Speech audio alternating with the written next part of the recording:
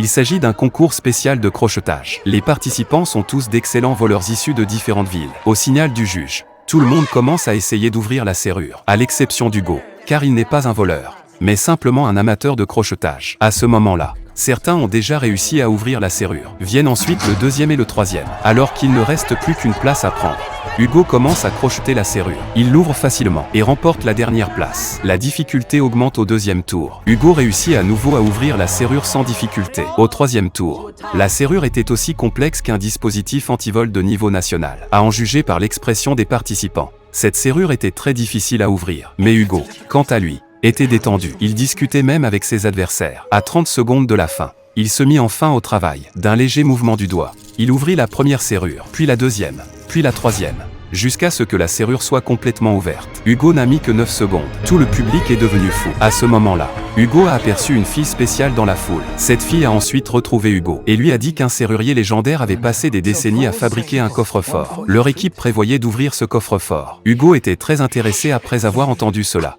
Mais la fille a dit qu'Hugo devait d'abord les aider à cambrioler une banque. Mais Hugo n'avait jamais rien volé.